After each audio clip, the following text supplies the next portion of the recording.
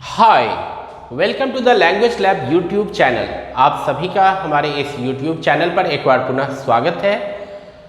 जैसा कि आप सभी जानते हैं कि हम लोग एक बेसिक सेंटेंस स्ट्रक्चर्स की श्रृंखला प्रस्तुत कर रहे हैं इस चैनल के माध्यम से, जिसके द्वारा आप घर बैठे अंग्रेजी बोलना सीख सकते हैं। तो इसी क्रम को जारी रखते हुए अब हमारे पास जो अगली स्ट्रक्चर्स है वह subject plus should have been plus noun और एडजेक्टिव।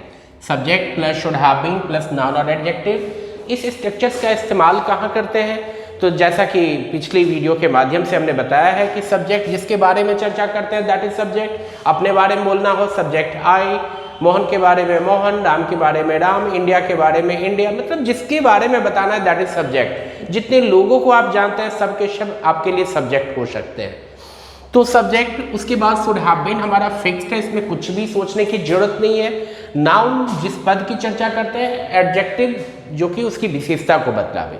तो subject plus should have been plus noun और एडजेक्टिव, इस स्ट्रक्चर्स का इस्तेमाल हम लोग कहाँ करते हैं? तो जब पास्ट में मतलब बीते हुए समय में हम किसी की पद प्राप्ति की आवश्यकता की चर्चा करते हैं, रिक्वायरमेंट की चर्चा करते हैं।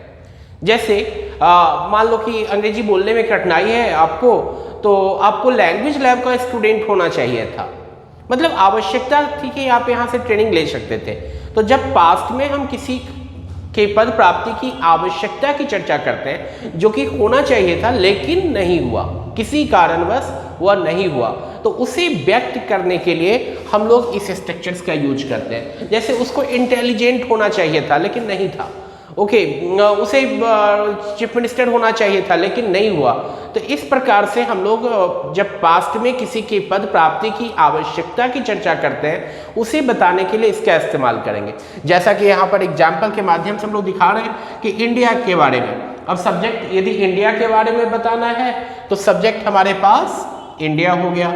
शुड हैव बीन फिक्स्ड है। अब क्या हम बताना चाह रहे हैं यहाँ पर कि भारत को एक विकसित राष्ट्र होना चाहिए था, भारत को एक विकसित राष्ट्र होना चाहिए था।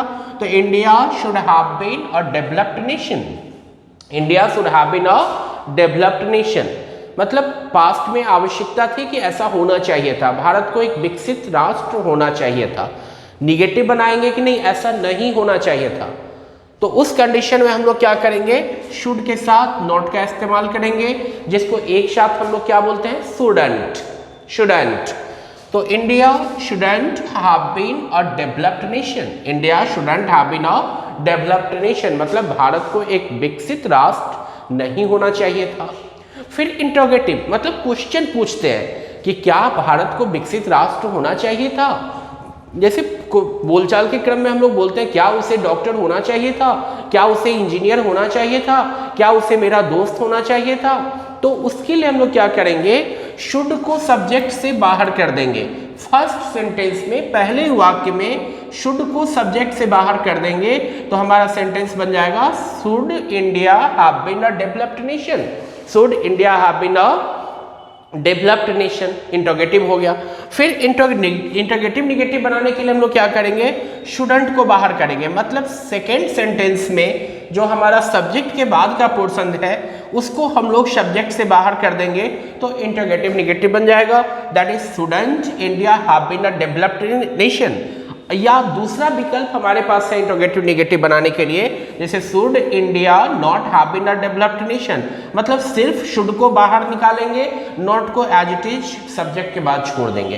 तो इस प्रकार से फिर हमारे पास इस स्ट्रक्चर से भी चार तरह से सेंटेंस हम लोग बना सकते हैं। और उसको बनाने के पश्चात मतलब ये तो समझने की बात हो गई कि जब पास्ट में हम किसी के पद प्राप्ति की आवश्यकता की चर्चा करते हैं जो कि होना चाहिए था, तो ये तो आप समझ गए। यदि एक बार में आप नहीं समझते दोबारा आप इसको सुनो, हो सकता है आप समझ जाए, 3 बार में आप समझ लो, लेकिन इतना करने मात्र से आप में बोलने का स्किल नहीं आने जा रहा है। बोलने के लिए आपको फिर क्या करना होगा, इसको भी प्रैक्टिस करना होगा।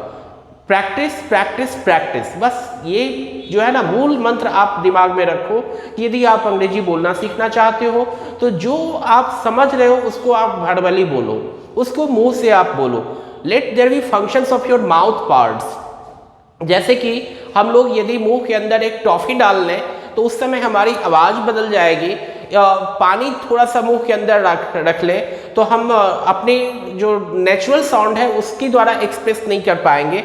उसी प्रकार से आपको बोलने के लिए, इंग्लिश बोलने के लिए आपको बोल करके प्रैक्टिस करना होगा, कॉन्फिडेंस डेवलप करना होगा, आपको कॉन्फिडेंट होना होगा, तभी जाकर के आप में डेवलपमेंट दिखेगा।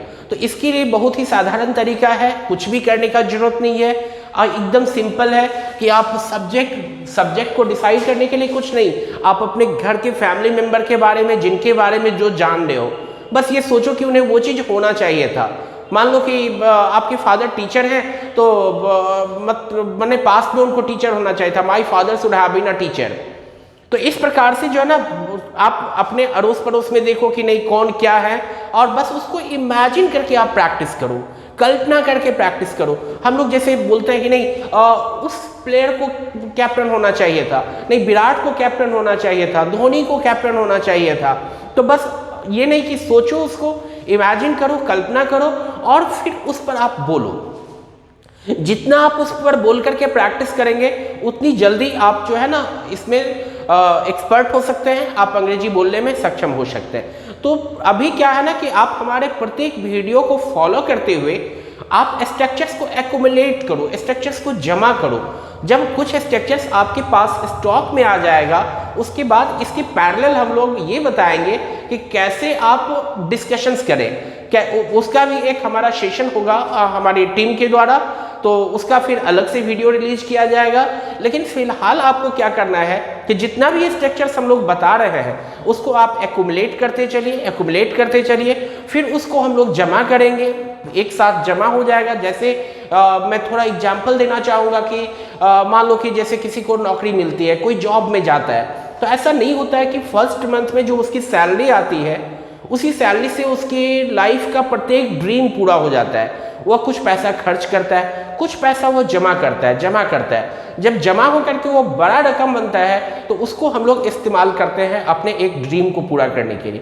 तो उसी तरीके से आपको स्ट्रक्चर्स को एक्युमुलेट करना है कि एक हमारा बड़ा ड्रीम है कि हमें अंग्रेजी बोलना सीखना है। तो उसके लिए कुछ बेसिक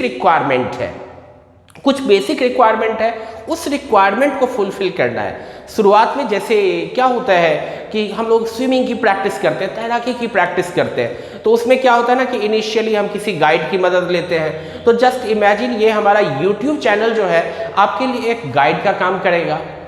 तो गाइड की मदद लेते हैं, ट्यूब की मदद लेते हैं, एक छोटा सा पॉन्ड होना चाहिए, तालाब होना चाहिए या स्विमिंग पूल होना चाहिए, उसका इस्तेमाल करते हैं। तो आप उसको अपने घर में कहीं पर कोना में आप उसको सेट कर सकते हो कि नहीं, मतलब वहाँ पर हमें प्रैक्टिस करनी है। और प्रैक्टिस करते करते बाद में क्या होता है कि हम जब तैराकी सीख जाते हैं तो ना ट्यूब की जरूरत पड़ती है, ना गाइड की जरूरत पड़ती है। मतलब जब आप सीख जाएंगे तो ये नहीं कि हमेशा आपको YouTube चैनल को फॉलो करना होगा या आपको गाइड की जरूरत पड़ेगी, आप ऑटोमेटिकली एक्सपर्ट हो जाएंगे। तो इसलिए ये इम्पॉर्टेंट फैक्टर है कि आप अधिक से अधिक प्रैक्टिस करो। जितना प्रैक्टिस करोगे उतना आपका बेहतर डेवलपमेंट होगा। नो डाउट, इसमें कहीं से कोई संदेह नहीं है कि ये प्रैक्टिस करना थोड़ा सा जो है ना बोरिंग काम होता है, लेकिन कुछ पाने के लिए कुछ खोना होता है। तो यदि आपका एक ड्रीम है कि नहीं हमें अंग्रेजी बोलना सीखना है, तो इस बेसिक रिक्वायरमेंट को आप पूरा करो, अधिक से अधिक इस पर प्रैक्टिस करो। तो जैसे मैंने पहले भी डेमो दिया है, इस स्ट्रक्चर्स के द्वारा भी हम कुछ डेमो दे रहे हैं।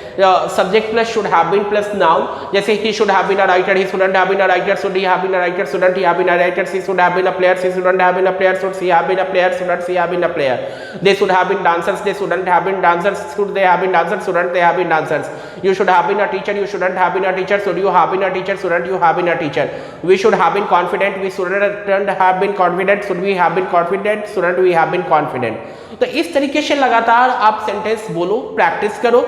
बोलने के बाद आपका जो है ना डेवलपमेंट होगा, फिर आप आगे अपने लाइफ में, कैरियर में इसका माइलेज ले पाएंगे। ओके, तो अभी इन सारी बातों के साथ अभी मैं इस वीडियो को एंड कर रहा हूँ। फिर अगली वीडियो के साथ हम आएंगे।